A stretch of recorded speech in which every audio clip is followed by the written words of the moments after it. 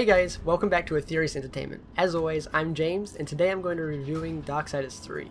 Darksiders 3, as the name suggests, is the third title in the Darksiders series. Without going into too much detail or spoilers, the series is based around the four horsemen of the apocalypse in the time of the apocalypse, which seems to have been brought about early by forces yet unknown, leaving angels and demons to fight freely. With Earth as the battleground, most of humanity was wiped out quickly, bearing no match against the forces of heaven and hell. The first game was centered around war and his blame for causing the apocalypse. The second game around death and his quest to rescue humanity from the eternal damnation. And now, the third game centered around Fury, the third horseman of the apocalypse. Fury has been tasked with hunting down and dealing with the 7 deadly sins, which have been set loose upon Earth, threatening the balance of the universe, as they wreak havoc in order to achieve their own dastardly plans. First, let's start with the good. Darksiders 3 has many areas to visit, and each one of them is vastly different from the last.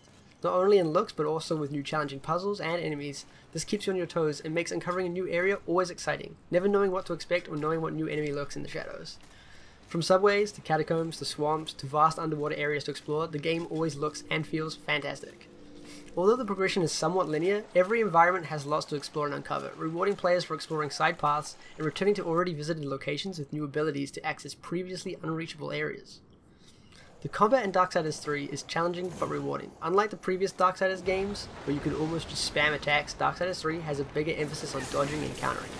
In this regards, the combat could seem slower, but in fact tends to end faster with good counters doing large amounts of damage. The game will certainly punish you for trying to spam attacks, with most enemies being able to execute some form of attack even when being staggered. If you don't dodge a few attacks from even the weakest of enemies, this can put you in a bad position quickly. Luring enemies away from the group is often the best strategy, or picking up the weaker ones first to reduce the enemies in numbers so you aren't being overwhelmed by attacks. Similar to From Software games, learning with your enemy's attacks and when to dodge is the name of the game. The difficulty spike of the game is very real from the get-go, with the first boss not even 3 minutes into the game being capable of teaching players a harsh lesson. Darksiders 3 is quite a tough game. It throws you into the deep end rather quickly, but this isn't a bad thing. It's tough but fair and rewarding. You never feel like the game is impossible, nor is it just handing you the win. Just that it's testing you, and once you learn to dodge and counter, you can make short work with most enemies and even the bosses. The game also doesn't punish you too harshly for death. Upon dying, you leave behind all the souls you have collected, which you use to buy items and level up, similar to Souls games. However, in Darksiders 3, dying again on the way to retrieve them doesn't forfeit them, you simply create another lot to collect. Some of the traversal puzzles can be a real brain workout, but sometimes you just have to take a step back and re-evaluate the situation. Maybe you're trying to solve something before you have all the information, or you missed a key element to the puzzle.